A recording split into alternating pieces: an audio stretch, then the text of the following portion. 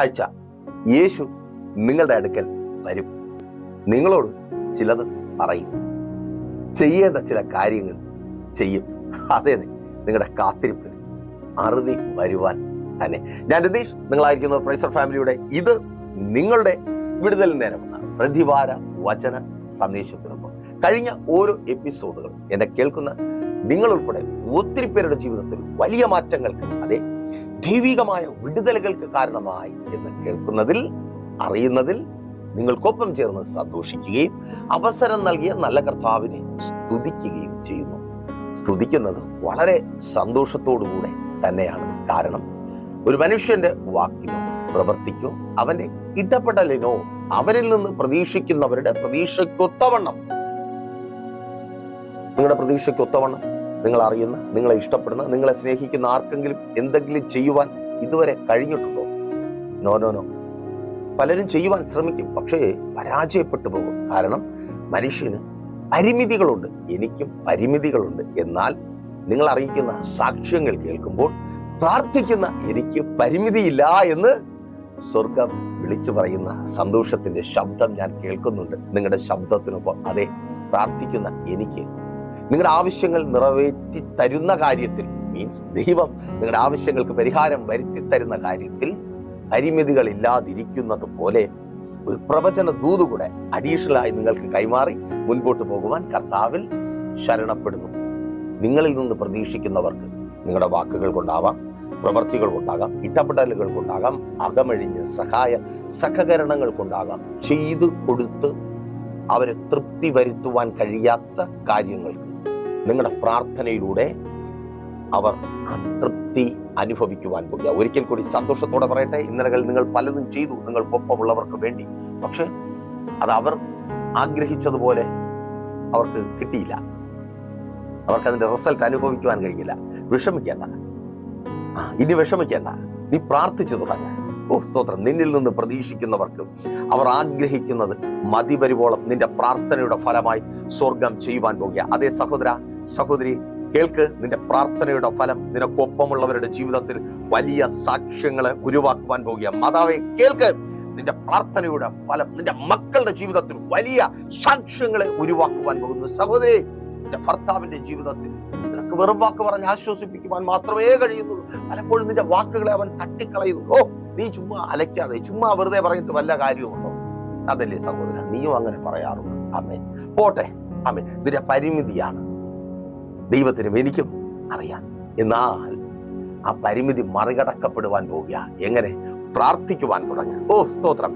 നിന്നിൽ നിന്ന് നിന്റെ പ്രിയപ്പെട്ടവർ പ്രതീക്ഷിക്കുന്നത് അവരുടെ ജീവിതത്തിൽ നിറവേറുവാൻ പോകുക. അതെ, പ്രാർത്ഥിക്കുന്ന പ്രിയരെ, നിങ്ങളിലൂടെ ഒരിക്കൽ കൂടി ഞാൻ സന്തോഷത്തോടെ പ്രാർത്ഥിക്കുന്ന നിങ്ങളെ നോക്കി പ്രവചിച്ചു പറയട്ടെ, ഈ ആഴ്ച നിങ്ങളുടെ പ്രാർത്ഥന അനേകരുടെ ജീവിതത്തിൽ വലിയ മാറ്റങ്ങൾ ഉണ്ടാക്കുവാൻ പോകുക. അത് നമ്മൾ ഒരുമിച്ച് ചേർന്ന് സന്തോഷിക്കുന്ന സാക്ഷ്യങ്ങളായി മാറും. ഞാൻ വിശ്വസിക്കുന്നു ഈ ദിവസങ്ങളിൽ പാസ്റ്റർ നിങ്ങൾ പ്രാർത്ഥിച്ചു, നമ്മൾ ഒരുമിച്ച് പ്രാർത്ഥിച്ചു, ആലോചന കേട്ടു, കർത്താവ് പ്രവർത്തിച്ചു എന്ന് പറയുന്നതിനൊപ്പം പാസ്റ്റർ ഞാൻ പ്രാർത്ഥിച്ചപ്പോൾ കർത്താവ് എൻ്റെ മകന്റെ ജീവിതത്തിൽ, എൻ്റെ മകളുടെ ജീവിതത്തിൽ, എൻ്റെ ഹസ്ബൻഡിന്റെ ജീവിതത്തിൽ, എൻ്റെ ഭാര്യയുടെ ജീവിതത്തിൽ, എൻ്റെ സഹോദരങ്ങളുടെ ജീവിതത്തിൽ, എൻ്റെ കൂടെ ജോലി ചെയ്യുന്നവരുടെ ജീവിതത്തിൽ, ഞാൻ അറിയുന്നവരുടെ ജീവിതത്തിൽ വലിയവ പ്രവർത്തിച്ചു എന്ന് പറയണം. ആ സാക്ഷ്യത്തിനായി ഞങ്ങൾ വെയിറ്റ് ചെയ്യുന്നു. അപ്പോൾ അവിധത്തിൽ സാക്ഷ്യങ്ങൾ, കാത്തിരിപ്പുകൾ കരുതി വരുന്ന സാക്ഷ്യങ്ങൾ ഉണ്ടാകുവാൻ കഴിഞ്ഞ രാത്രിയിലും പ്രാർത്ഥനയോടെ ദൈവസന്നിധിയിലായിരിക്കുമ്പോൾ ദൈവത്തിന്റെ പരിശുദ്ധാത്മാവ് എന്നോട് പറഞ്ഞത്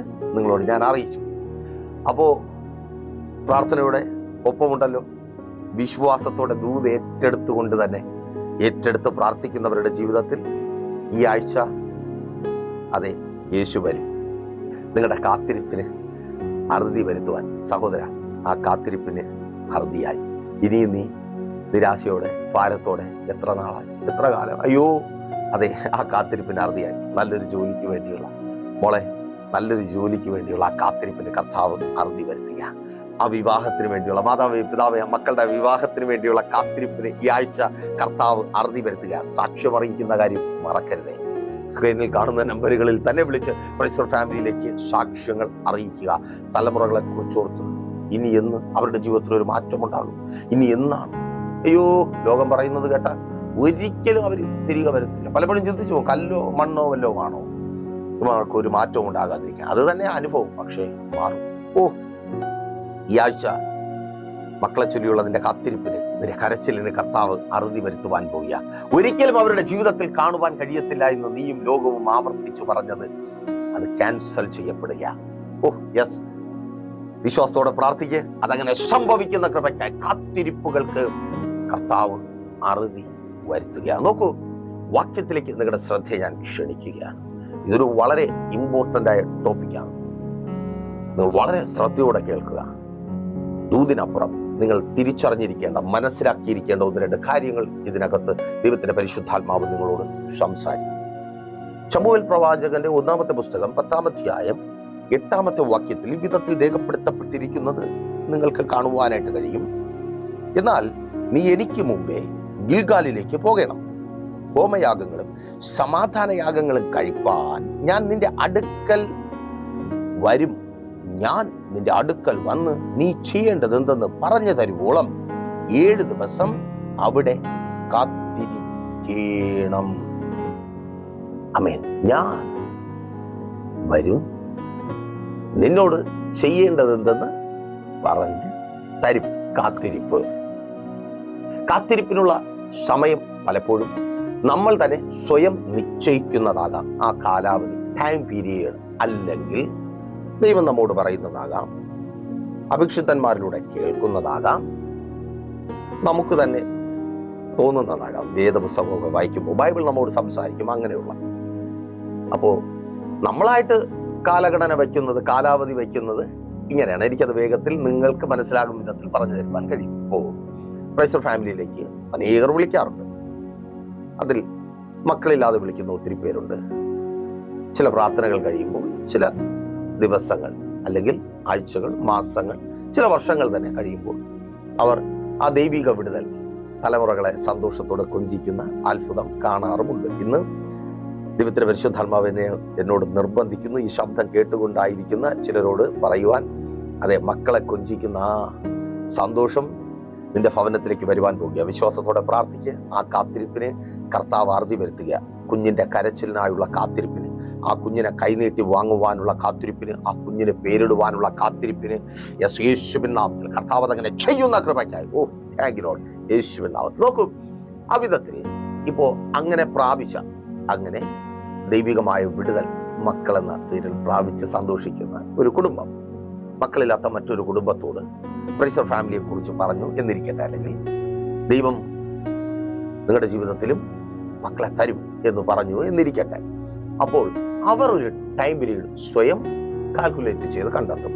ഈ പറഞ്ഞു കൊടുക്കുന്ന ആൾ ഇൻ കേസ് ഒരു 3 മാസം പ്രാർത്ഥിച്ച്, പ്രാർത്ഥനകൾ ക്രമീകരിച്ചു മക്കളെ ദൈവത്തിൽ നിന്ന് പ്രാപിച്ചവരായിരിക്കാം. അപ്പോൾ ഈ സാക്ഷ്യം അറിഞ്ഞ് പ്രൈസർ ഫാമിലിയിലേക്ക് വിളിക്കുന്നവർ ഇങ്ങോട്ട് തന്നെ പറയും, പാസ്റ്റർ ഒരു 3 മാസമൊക്കെ പ്രാർത്ഥനയൊക്കെ നടത്തിയൊക്കെ വരുമ്പോൾ കർത്താവ് അത്ഭുതം പ്രവർത്തിക്കുമല്ലേ. ഇനി 1 വർഷമാണെങ്കിലും, 1 വർഷം പ്രാർത്ഥിച്ച് മറുപടി കിട്ടിയ ആളാണ് ഇവരോട് പറഞ്ഞതെങ്കിൽ ഇവരുടെ സംസാരം ഇങ്ങനെ ആയിരിക്കും, പാസ്റ്റർ 1 വർഷമൊക്കെ ആകുമ്പോൾ, 1 വർഷമൊക്കെ പ്രാർത്ഥിക്കുമ്പോൾ കർത്താവ് മറുപടി തരുമല്ലേ പാസ്റ്റർ. 2 വർഷമാണെങ്കിൽ 3 വർഷമാണെങ്കിൽ ഇത് തന്നെ. നമ്മൾ തന്നെ ഇങ്ങനെ മറ്റുള്ളവരിലേക്ക് നോക്കി, പ്രാപിച്ച മറ്റുള്ളവരിലേക്ക് നോക്കി ഒരു ടൈം പീരീഡ് കാൽക്കുലേറ്റ് ചെയ്തെടുക്കും. കാത്തിരിപ്പിന്റെ ടൈം പീരീഡ്. ചിലപ്പോൾ ദൈവം നമ്മോട് സംസാരിക്കും. ശമൂവേലിലൂടെ ശൗലിനോട് സംസാരിച്ചതുപോലെ പ്രവാചകന്മാരിലൂടെ സംസാരിക്കും. അപ്പോ ഇവിടെ ഇത് കേൾക്കുന്ന ആൾ ശൗലാണ്. ശൗൽ വളരെ പ്രാധാന്യം കൊടുത്തു പ്രവാചകൻ ശൗലിനോട് പറഞ്ഞ വാക്കുകൾക്ക്. നോക്കൂ, ഒരു വാക്യം കൂടെ നിങ്ങളുടെ ശ്രദ്ധിക്കാൻ ഞാൻ വായിക്കട്ടെ. ശമൂവേൽ പ്രവാചകന്റെ തന്നെ ഈ 1-ാമത്തെ പുസ്തകം 13-ാം അധ്യായം അതിന്റെ 8-ാമത്തെ വാക്യം ഇങ്ങനെ രേഖപ്പെടുത്തിയിരിക്കുന്നു.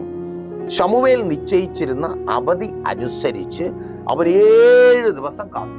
അയ്യോ, എന്നെക്കാളും നിങ്ങളെക്കാളും ഒക്കെ പുള്ളി നല്ലവനാ. 7 ദിവസം കാത്തിരുന്നു. എങ്കിലും ശമൂവേൽ വന്നില്ല, ഗിൽഗാലിൽ എത്തിയില്ല കേട്ടോ. ജനവും അവനെ വിട്ട് ചിതറിപ്പോയി. അപ്പോൾ ശൗൽ അവിടെ നിൽക്കട്ടെ. ഒന്ന്, ശൗൽ പ്രവാചകന്റെ വാക്ക് അനുസരിച്ചു. ഏതുവരെ? 7 ദിവസം. മീൻസ് അവൻ കേട്ട കാത്തിരിപ്പിന്റെ പീരിയഡ് 7 ദിവസമാണ്. 7 ദിവസം കഴിഞ്ഞപ്പോൾ പിന്നെ കാത്തിരിക്കേണ്ട ആവശ്യമില്ല. പിന്നെ തൻ്റെ ഇഷ്ടത്തിന് മുൻപോട്ട് പോകാമെന്ന ചിന്ത വന്നു. പലപ്പോഴും നമ്മൾ പിന്മാറിപ്പോകുന്നതും ഈ ഒരു ഭാഗത്ത് വെച്ചാണ്. നമ്മൾ തന്നെ സ്വയം കാൽക്കുലേറ്റ് ചെയ്തെടുക്കുന്ന ഒരു സമയത്ത് നമ്മൾ വിചാരിക്കുന്നത് നടന്നില്ല എങ്കിൽ, അല്ലെങ്കിൽ നമ്മൾ വിടുതൽ ആവശ്യപ്പെടുന്ന സമയത്ത്, നമുക്ക് വിടുതൽ ഏറ്റവും വേണ്ട സമയമെന്ന് നമ്മൾ കാണുന്ന ഒരു സമയമുണ്ട്. ആ സമയത്ത് വിടുതൽ നടക്കാതെ വരുമ്പോൾ, നമ്മൾ പ്രതീക്ഷിക്കുന്ന സമയത്ത് വിടുതൽ നടക്കാതെ വരുമ്പോൾ നമ്മൾ പിന്മാറിപ്പോകാറുണ്ട്. നമ്മൾ തന്നെ സെറ്റ് ചെയ്ത ആ കാലാവധി മുൻനിർത്തി. എന്നാൽ ഒരു നിമിഷം ശ്രദ്ധിക്കണമേ, അവിടെ ശമൂവേൽ ശൗലിനോട് 7 ദിവസത്തെ കാലാവധി മാത്രമാണോ പറയുന്നത്? ശൗൽ കേട്ടത് 7 ദിവസത്തെ കാലാവധിയാണ്. എന്നെ കേൾക്കുന്ന നിങ്ങളിൽ പലരും കേൾക്കുന്നത് പോലെ. എന്നാൽ ശമൂവേൽ ഇവിടെ 2 പ്രധാനപ്പെട്ട കാര്യങ്ങൾ പറയുന്നുണ്ട്. ഒരിക്കൽ കൂടി നിങ്ങളുടെ ശ്രദ്ധയ്ക്കായി 8-ാമത്തെ വാക്യം ഞാൻ വായിക്കട്ടെ. നീ എനിക്ക് മുമ്പേ ഗിൽഗാലിലേക്ക് പോകണം, ഹോമയാഗങ്ങളും സമാധാന യാഗങ്ങളും കഴിപ്പാൻ. 1, ഞാൻ നിന്റെ അടുക്കൽ വരും. 2, ഞാൻ നിന്റെ അടുക്കൽ വന്ന് നീ ചെയ്യേണ്ടതെന്ന് പറഞ്ഞു തരും. 2 കാര്യങ്ങൾ കാത്തിരിപ്പിന്റെ പൂർത്തീകരണത്തിന് മുമ്പ് സംഭവിക്കേണ്ടതുണ്ട്.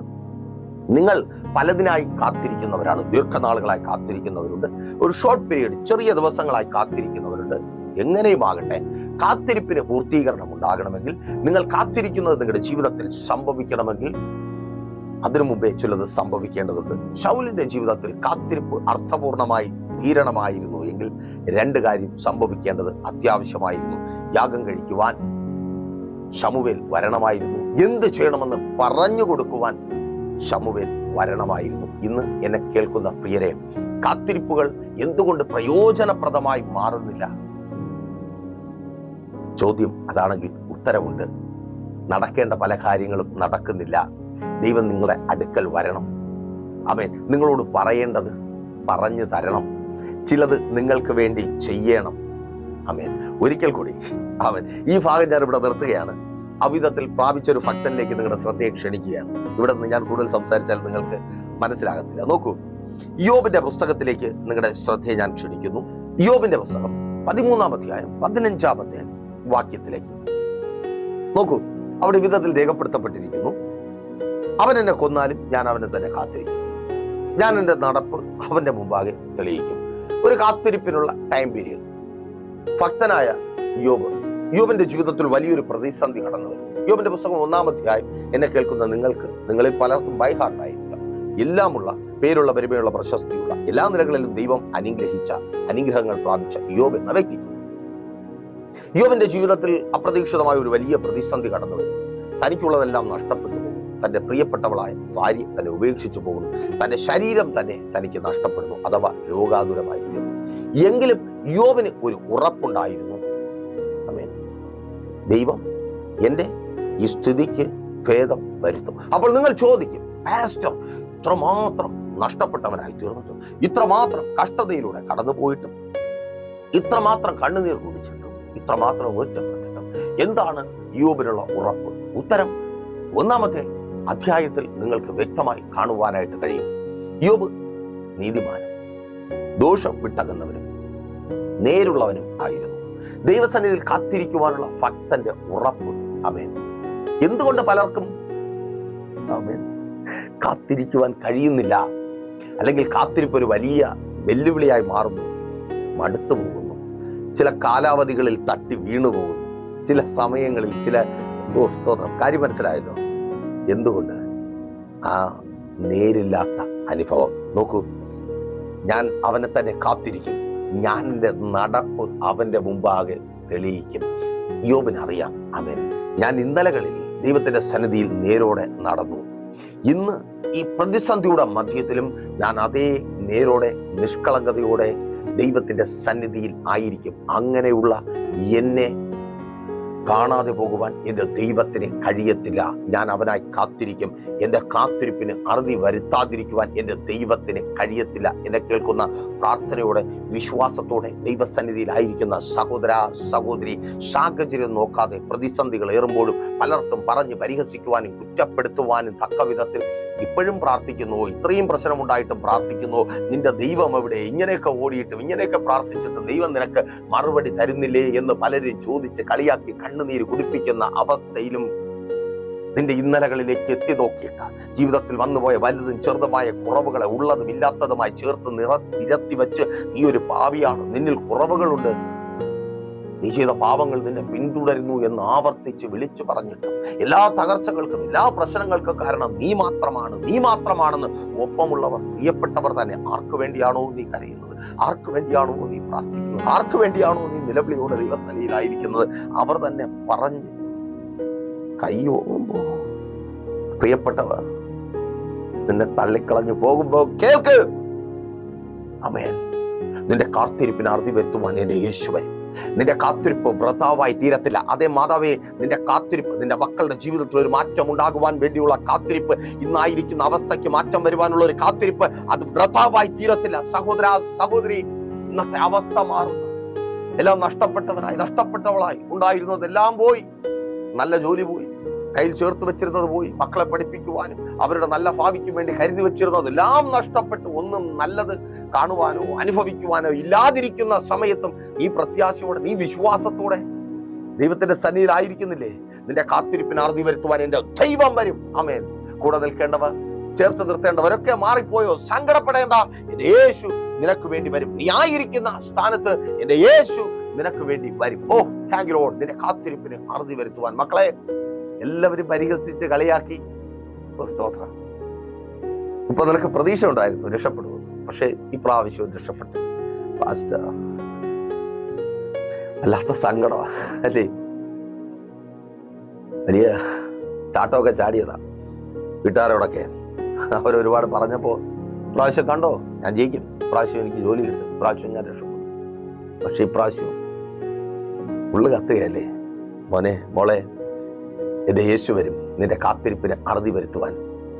നീ ആ എക്സാമിന്റെ റിസൾട്ട് വരുന്ന ഡേറ്റിനെ കാത്തിരിപ്പിന്റെ പീരീഡായിട്ട് കാണരുതേ, ആ ടൈമായിട്ട് കാണരുതേ. സ്തോത്രം.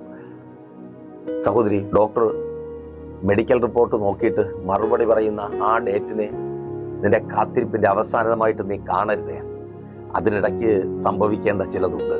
ആമേൻ. ഉണ്ടായിരുന്ന സമയത്ത് ഇയ്യോബ് ദൈവത്തിന്റെ സന്നിധിയിൽ എങ്ങനെ തൻ്റെ നടപ്പ് അവന്റെ മുമ്പാകെ തെളിയിച്ചു.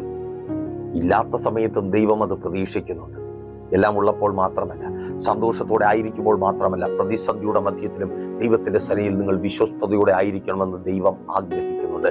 നീ ദൈവത്തിന്റെ സന്നിധിയിൽ വിശ്വസ്തയോടെ ആയിരുന്നാൽ നിശ്ചയമായും ദൈവം നിന്നെ തേടി വരും. നോക്കൂ, യോബിന്റെ പുസ്തകം തന്നെ 38-ാം അധ്യായം അതിന്റെ 1-ാമത്തെ വാക്യം വായിക്കുമ്പോൾ അവിടെ വളരെ മനോഹരമായി രേഖപ്പെടുത്തപ്പെട്ടിരിക്കുന്നു. യോബിനൊപ്പം ചേർന്ന് നിൽക്കേണ്ട തൻ്റെ സ്നേഹിതന്മാർ യോബിന്റെ അടുക്കൽ വന്ന് തൻ്റെ ഇന്നലകളെ ആമേൻ നോക്കി, അവിടെ നല്ലതൊന്നും ഇല്ല എന്ന് ആവർത്തിച്ചു പറഞ്ഞു.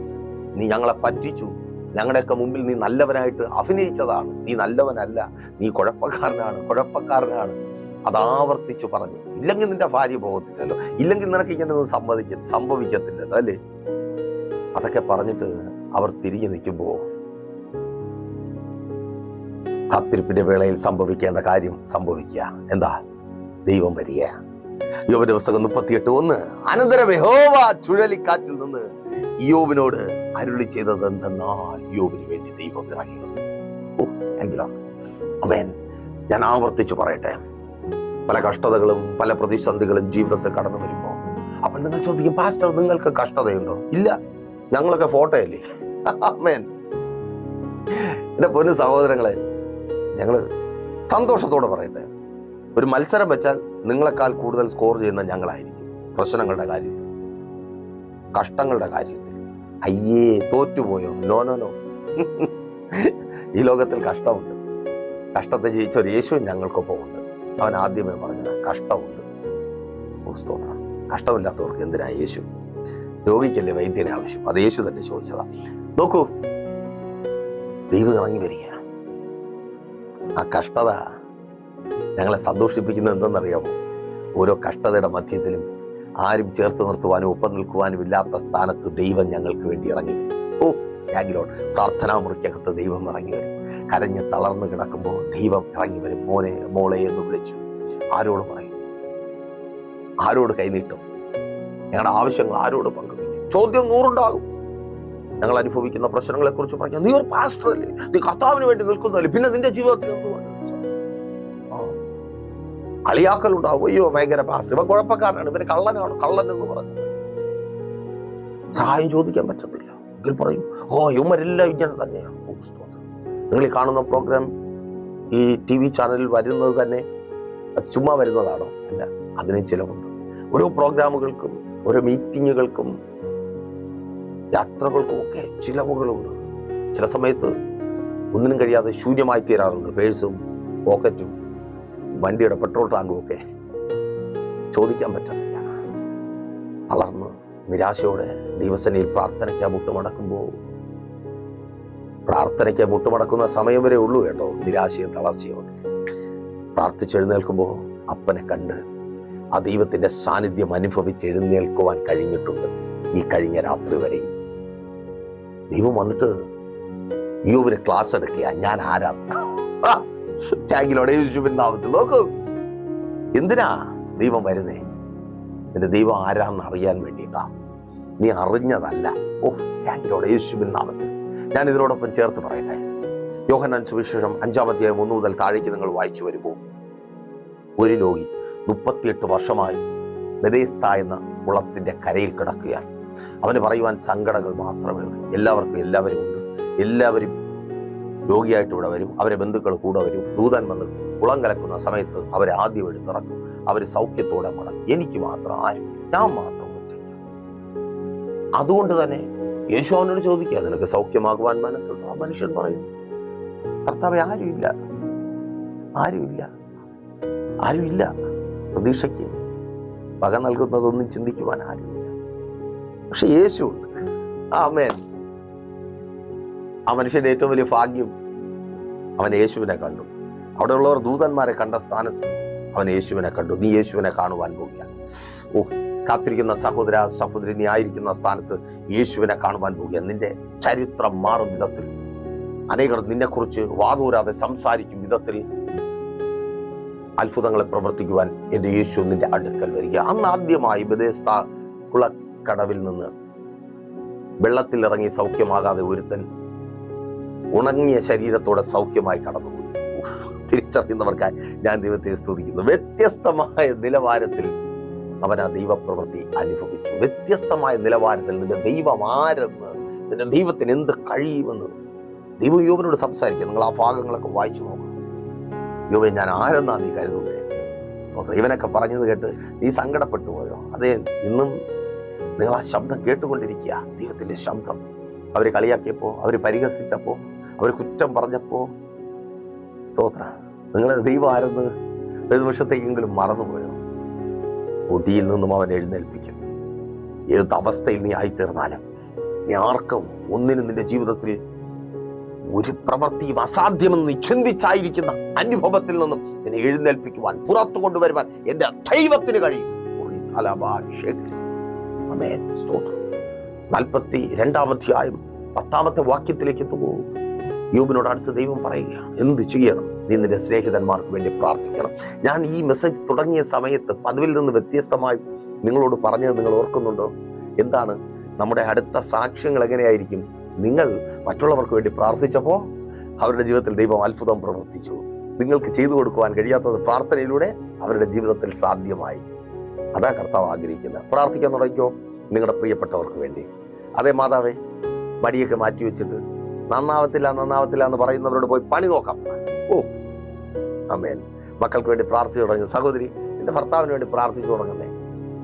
ആമേൻ. അവൻ നിന്റെ ഭർത്താവ് തന്നെ. അവൻ പറയുന്ന വാക്കുകളോ ലോകം പറയുന്ന വാക്കുകളോ നീ കേൾക്കണ്ട. കർത്താവ് നിനക്ക് വേണ്ടി പ്രവർത്തിക്കും. പ്രാർത്ഥിച്ചു തുടങ്ങും. സ്തോത്രം. നിങ്ങൾ ഇന്നായിരിക്കുന്ന വിഷയത്തിന് വേണ്ടി പ്രാർത്ഥിച്ചു തുടങ്ങും. നിങ്ങളുടെ പ്രിയപ്പെട്ടവർക്ക് വേണ്ടി, നിങ്ങൾക്കൊപ്പമുള്ളവർക്ക് വേണ്ടി. അയ്യോ, മാല പണയം വയ്ക്കാൻ വേണ്ടി ആര് തരും? എൻ്റെ കൂട്ടുകാരിയെ സഹായിക്കണം. എന്നെ സഹായിച്ചവരൊക്കെ തിരികെ വലിയ സഹായങ്ങൾ കിട്ടി നടക്കുന്നുണ്ട്. അത് പോട്ടെ, നിങ്ങളെ വിവേചന അധികാരത്തിന് വിടുന്നു. എല്ലാം ആലോചിച്ചും ശ്രദ്ധിച്ചുമൊക്കെ ചെയ്യുക. പ്രത്യേകിച്ച് വീട്ടുകാരറിയാതെ ആരെയും സഹായിക്കുവാൻ നിൽക്കരുത്. അറ്റ്ലീസ്റ്റ് സഹോദരിമാർ സഹായിക്കുമ്പോൾ ഭർത്താക്കന്മാർ നിർബന്ധമായിട്ട് അറിഞ്ഞിരിക്കണം. പ്രായപൂർത്തിയായ മക്കളുണ്ടെങ്കിൽ അവരും അറിഞ്ഞിരിക്കണം. അല്ലാതെ ആരും സഹായിക്കാൻ നിൽക്കരുത്. സഹോദരിമാരിലൂടെ തന്നെ സഹായിക്കാൻ ശ്രമിക്കുക. അല്ലെങ്കിൽ വലിയ പൊല്ലാപ്പായി തീരും. കർത്താവ് അതിനായി നിങ്ങളെ ഒരുക്കട്ടെ. നോക്കൂ, ദൈവത്തിന് പറയുവാനുള്ളത് ലവന്മാർക്ക് വേണ്ടി പ്രാർത്ഥിക്കണം. എന്തിനു വേണ്ടിയാ? 42-12 ഇരട്ടിയായി ദൈവം യോബിന് സകലത്തെയും തിരികെ കൊടുത്തു. കാത്തിരിപ്പിന് ദൈവം അറുതി വരുത്തി. നിന്റെ കാത്തിരിപ്പിന് ദൈവം അറുതി വരുത്തുക. ഓ താങ്ക് യു ലോർഡ്.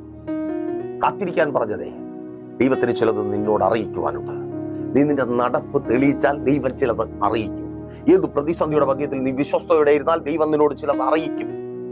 നിന്റെ കാത്തിരിപ്പിന് അറുതി വരുത്തും. അപ്പോ എങ്ങനെ പാസ്റ്റർ, എങ്ങനെയാണ് അതിന് പറ്റുന്നത്? പ്രാർത്ഥനയോടെ, ഉപവാസത്തോടെ തന്നെ പ്രൈസ് ഓഫ് ഫാമിലിക്കൊപ്പം ചേർന്ന് ഉപവസിക്കുവാൻ നിങ്ങൾക്ക് അവസരമുണ്ട്. നിങ്ങളുടെ ഇത് മാത്രമായ വിഷയത്തിന് വേണ്ടി നിങ്ങൾ ലോകത്തിന്റെ ഏത് ഭാഗത്തായിരുന്നാലും പ്രൈസ് ഓഫ് ഫാമിലിക്കൊപ്പം ചേർന്ന് ഉപവസിക്കുവാൻ കഴിയും. കോൺടാക്ട് ചെയ്യുക. നമുക്കൊരുമിച്ച് ചേർന്ന് പ്രാർത്ഥിക്കാം, ഉപവസിക്കാം. നിങ്ങളുടെ പ്രാർത്ഥന വിഷയങ്ങൾ അറിയിക്കുന്ന കാര്യവും മറക്കണ്ട. ഈ പ്രോഗ്രാം സ്പോൺസർ ചെയ്യുവാൻ നിങ്ങൾക്കും അവസരമുണ്ട്. സ്ക്രീനിൽ കാണുന്ന പ്രൈസ് ഓഫ് ഫാമിലിയുടെ നമ്പറുകൾ കോൺടാക്ട് ചെയ്ത് പ്രോഗ്രാം സ്പോൺസർ ചെയ്ത് അനേകർക്ക് അനുഗ്രഹമായി മാറുക. ആ പറഞ്ഞ പ്രാർത്ഥന, അതേ നിങ്ങളുടെ പ്രാർത്ഥനയാണ് ഈ മെസ്സേജ് അനേകരിലേക്ക് എത്തിക്കുക എന്നുള്ളത്. ലക്ഷ്യം വിടുതലെങ്കിൽ ഇത് അനുഗ്രഹിക്കപ്പെട്ട ഒരു മാർഗം തന്നെയാണ്.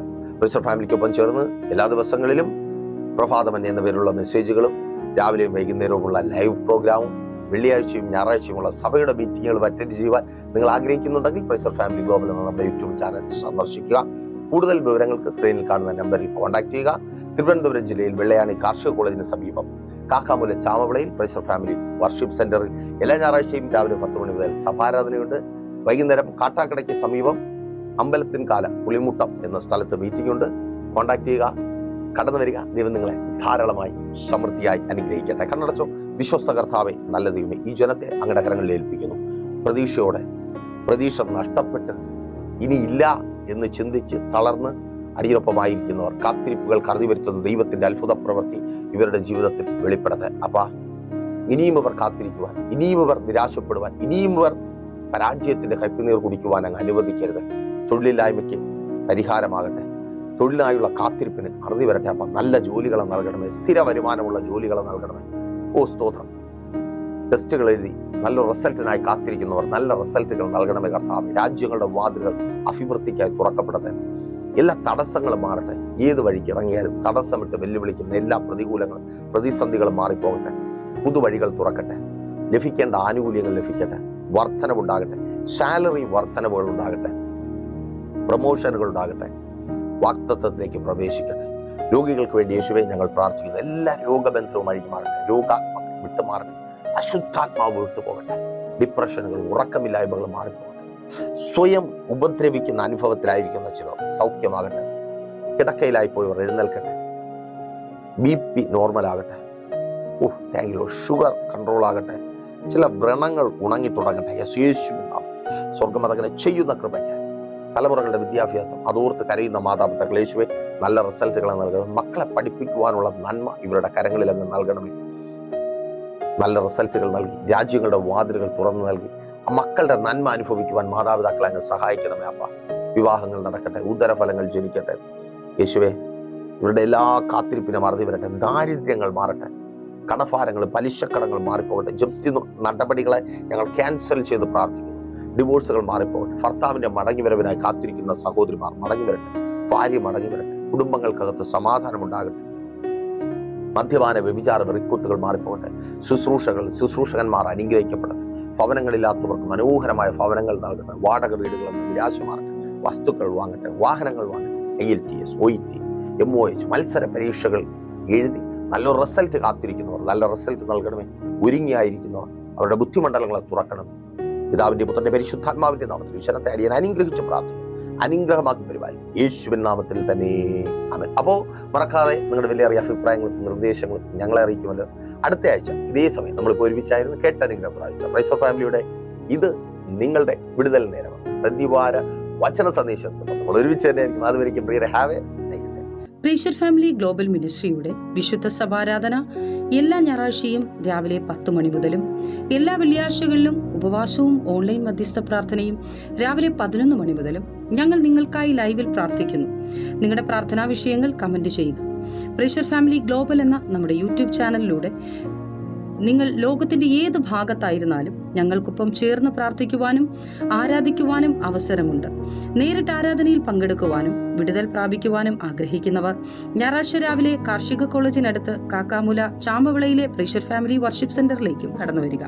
നിങ്ങളുടേതായ ഒരു വിഷയത്തിനു വേണ്ടി പ്രാർത്ഥിക്കുവാനും കൗൺസിലിംഗിനുമായി സ്ക്രീനിൽ കാണുന്ന നമ്പറിൽ കോൺടാക്ട് ചെയ്യുക. നിങ്ങൾക്കും ഈ പ്രോഗ്രാം സ്പോൺസർ ചെയ്യുവാനും കർത്താവായ യേശുക്രിസ്തുവിന്റെ സുവിശേഷം അനേകരിലേക്ക് എത്തിക്കുവാനും അവസരമുണ്ട്. പ്രാർത്ഥനയോടെ വിളിക്കുക. ആമേൻ.